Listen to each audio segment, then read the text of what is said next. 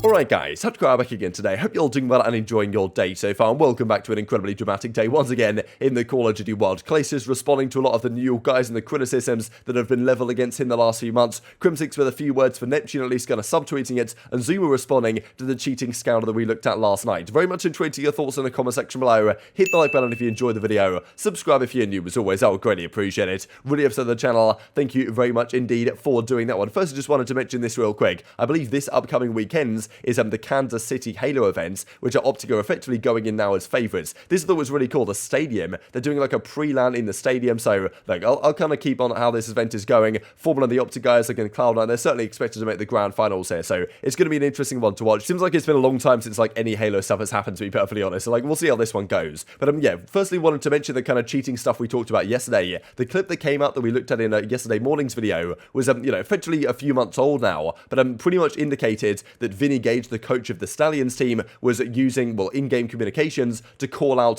things and rotate through these lanes because these lanes are clear and all this type of stuff to his players, something which is not allowed in the rule set. We kind of looked at the rule set, which might be a little bit different for challengers than the regular Pro League, but certainly in the Pro League, the coaches aren't allowed to talk to the players mid-game. And of course, that's kind of been echoed over. So this is considered cheating, I think understandably so. Like it's happened in other esports, and people have got caught and disqualified and kind of banned as a result of this type of stuff. Of course, like this is a few months old, this clip. It might not be the biggest deal in the world to some people, but ZooMaa is kind of like the owner of this team and organization. Like he doesn't really own the org in the way that like he basically just funds their travel and stuff and funded their expenses and like hotels, I'm pretty sure, to get to the events. But of course, ZooMaa has been very vocal against cheating for several months at this point, and then kind of his own team gets called out cheating. Like it's obviously not going to be the greatest look, is it? So ZooMaa responds and says, look, I'll address this on stream. Obviously, I do not condone rule breaks like this. It's disappointing. Coaches shouldn't be talking to players during matches. The coach himself is actually ZooMaa's cousin, I think, Vinny, right? So like kind of a messed up situation, all things considered. He comes up with a statement on this, actually, effectively saying, I'm no longer going to be funding the Challengers roster, at least for now, and parting ways with the Stallion players and coaches after it was revealed their head coach was calling out. So interesting stuff, right? Like ZooMaa could have taken a few different tacks here. He could have like, worked with the team to, work through this or whatever. But the thing is, the clip was probably a few months old. So it's kind of like, look, you either condone it and move on, or maybe you look like a bit of a hypocrite if you do that, or you just kind of part ways with the team, right? Which is unfortunate, right? But at the same time, like it's not like the players have no culpability here, right? Because if the coach is telling you to rotate and stuff like this, that's wrong. And like it's not like you can hear him doing it. It's not like one of your teammates is wall hacking and you might not know 100%. It's like you definitely know if your coach is talking to you, right? So pretty much the blame comes on all of them. ZooMaa effectively drops the entire roster, and it is a shame because he's given a lot of good exposure to challenges, and this kind of one incident is overshadowing all of that. But he did go on to say after as well that Stallions will actually be back, probably with a different team, different coach, maybe down the line. But yeah, it will return at some point or another. Guys, and my cousin, I said, listen, guys, I'll fund you guys to the events. You guys can rep the Stallions, and I'll fund you guys and I'll help you guys out. But I don't have them under contract. I don't pay them monthly. I don't control them. I can't decide who we pick up, who we drop, this and that. Bro, we had Neptune for 10 minutes, then we had Johnny O, then we had this. I texted Vin, I said, what the hell is going on? Like, what's happening? So the whole team in itself has just been a huge headache.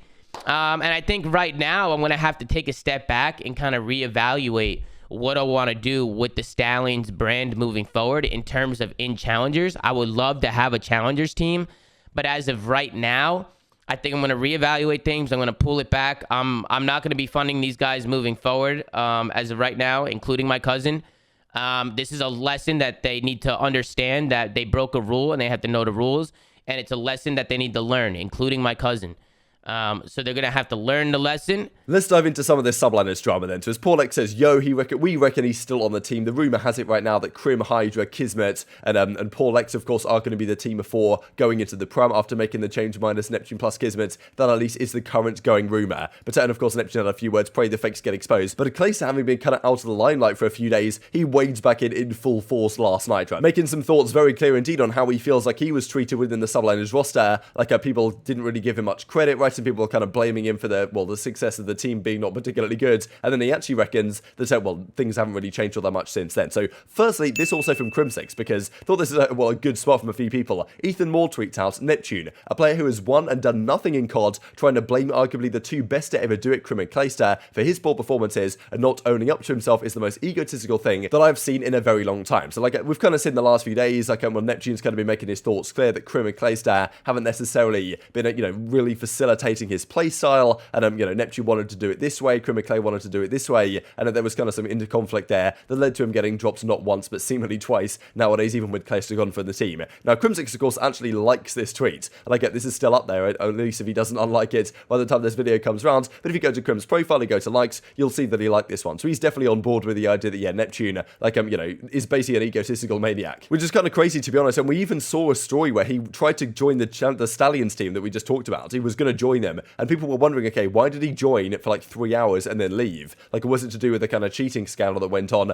Apparently not. He wanted to join the team and then bring ProLoot with him onto the team and drop Kaiser. And Kaiser, like, ZooMaa's basically like was saying that, look, Kaiser's maybe our best player, one of the most attractive options in the future. It's like, we definitely want to keep him. And then Neptune was like, oh wait, I can't bring ProLoot. What's going on? Like, I want to build my own team over here effectively. And he eventually just dipped and went back to ProLoot's team. So I don't really understand that, right? Like, there's definitely people are looking at that and saying, okay, well, maybe Neptune is a bit too immature for, you know, being a top player in the league. You might have the talent, but it hasn't really worked out so far, to be honest. Now, well, let's talk about the Clayster stuff then, because so much drama going on, it's kind of crazy. So, like, all this talk was about, okay, would Clayster get a trial somewhere? I'm pretty sure maybe he did trial briefly with the Rokkr and also with the subliners, but, you know, obviously didn't work out from getting a spot on a team. As he describes right here, it doesn't look like I'll be playing in the next tournament, that being the prime, right? So it doesn't seem like Clay's going to come back anytime soon. We're doing this as just like a little intro stream. I've been so bored lately, man. I've been so bored. I've just been trying to find stuff to entertain myself throughout the day. When I don't have scrims 6-8 hours a day, there's a lot of free time that I have no idea what to do with. So doesn't look like I'll be playing in the next tournament coming up at the Pro-Am. So we're streaming. Streaming, dude. Do something. Weekend was a lot of fun. I had a good time this weekend. Don't want to mess around with challengers at all? Come on, man. Gotta have some respect.